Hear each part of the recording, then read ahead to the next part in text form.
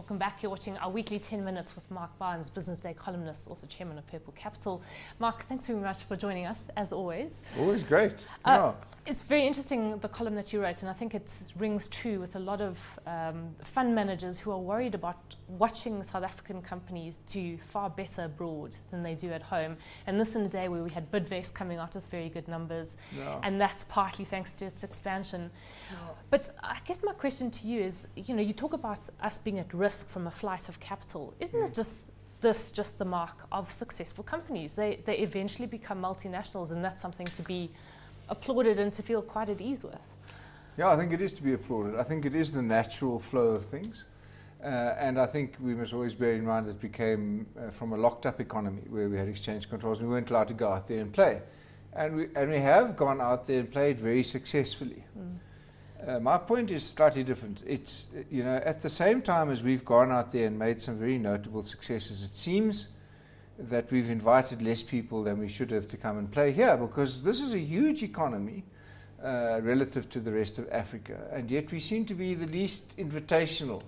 We've got more regulatory stuff to deal with. The people are focusing. We're taking our skills offshore and doing damn well there, okay? But we're not inviting fixed domestic investment into the country to build things, Yeah. So you're saying, so we've been much better at exporting our expertise rather than our goods and services that were produced in South Africa. Yeah, but I think we kind of got a bit lazy, because we've got all these beautiful minerals that we were gifted under the ground, and so we could always rely on that. But you take an example. I mean, we have a decrepit railway system. We do, to say the least.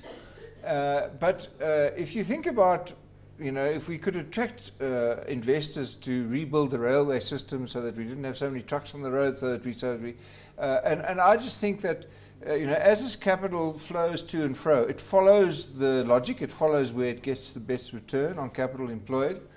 And it's just a little curious to me that the top 5 players, if you go back 10 years, they're very different to what they were then, have all exported their expertise and their capital, and we rate them more and more, not only because they've got more outside, but because they seem to be less reliant on what we've got here. And I think that's got out of balance, that's all. Do you think that's different to, say a multinational like Samsung, which is a Korean company?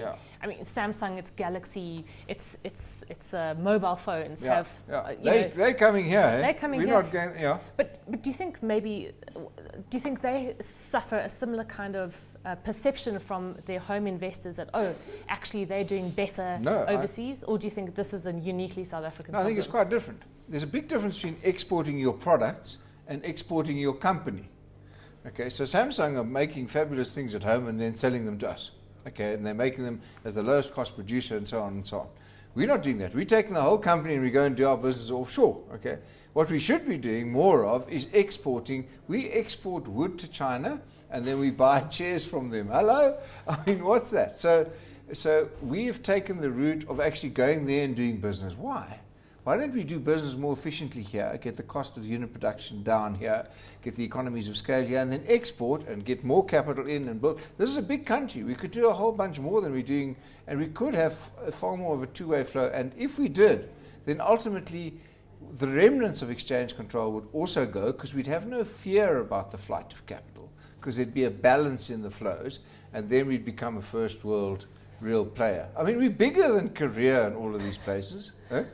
Well, you'd hope so. Yeah. But, and in our previous, in the show preceding ours, our chart of the day, courtesy of Stanley, was looking at how the Nigerian economy used to be that much smaller than South Africa's 20 years ago. And now it's, we're almost on a par. It's caught up that quickly. So well, that's the point. Yeah. It's not that this isn't brilliant that the guys are going overseas, but the relative growth of our own economy, the relative importance of what's still here, is diminishing, relatively speaking. The old companies that were the stalwarts of the South African economy are losing the race to the new companies instead of having grown off that base.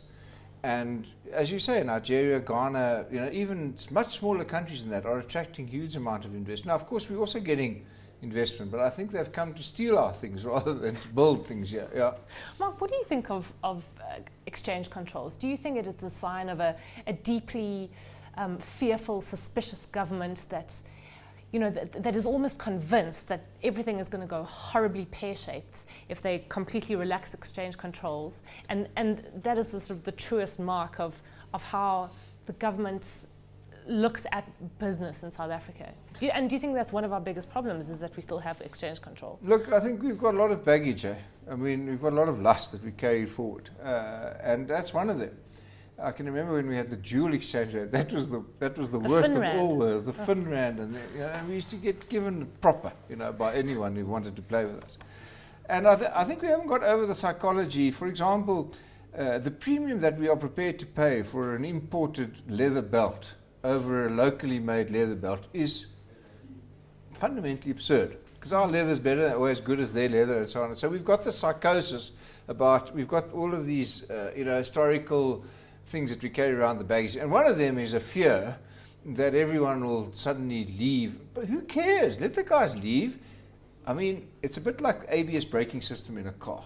Okay, they built fabulous braking systems in cars, not to stop them, but to enable them to drive fast, knowing they can stop.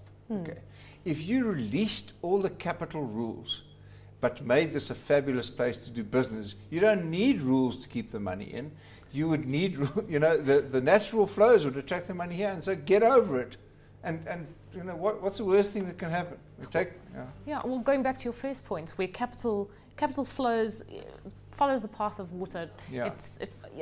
It's like water. It follows the path of least resistance. Yeah. So if you made our economy welcoming, if you made it into sort of the dam into which all capital could pool. So come here, we'll give you tax incentives to start. We'll give you, we'll enter into favorable trade agreements with you in the beginning. We will enter into export things. We'll drop tariffs. We'll do all of these fabulous things.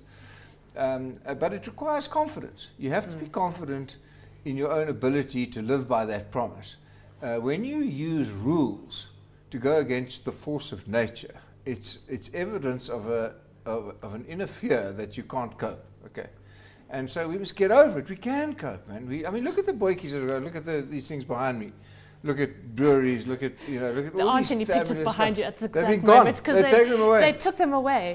But the companies we had behind you were the Richemonts, the SAB look at Millers, breweries. Take BHP breweries. Millison. Take breweries. These are local boykies, and I still know some of them. They haven't changed at all. Okay, they're the same guys. If you're sitting with Maya and you open a non-SAB Miller beer, you're in deep trouble. Okay, they're boykies from Brits. They went overseas and became the second biggest brewer in the world. Okay, I don't know how much brewing investment is happening here, though. And by the way, it seems like the operating margins, they're charging us more than they charge the guys in China. Can we talk about that at some point in time? So I'm saying, that's a fantastic global expansion plan, but there must be companies that can grow here locally and become competitive locally and export our products rather than our people and our companies and our expertise and our IP and all that stuff. Which essentially is a loss to the country. It is, because, you go there and you start earning pont, and it's a bit difficult when you... No, I think we've stayed attached to them, but when I did the sums, we think of BH Billiton, I do, as a South African company. It's not even vaguely a South African company, man. And it's not investing anything in South Nothing. Africa. In fact, quite and now the they're fighting with Eskom about this and that contract and whatever. I don't want to get into that debate, except to say that I'm sure there was a time when Eskom had excess capacity and Billiton was going to mop it up, and so they paid and they did a deal which was commercially blah, blah, blah. So what we don't need to do is make things difficult. We need to make things easy and attractive. Otherwise, we're going to have to keep building the damn wall, The damn wall. The damn wall. On that note, on that final point, we have to leave it. But I look forward to our chat next week. Yeah, Monday. me too. Thanks. Thanks, Mark. That's Mark Barnes, Business Day columnist.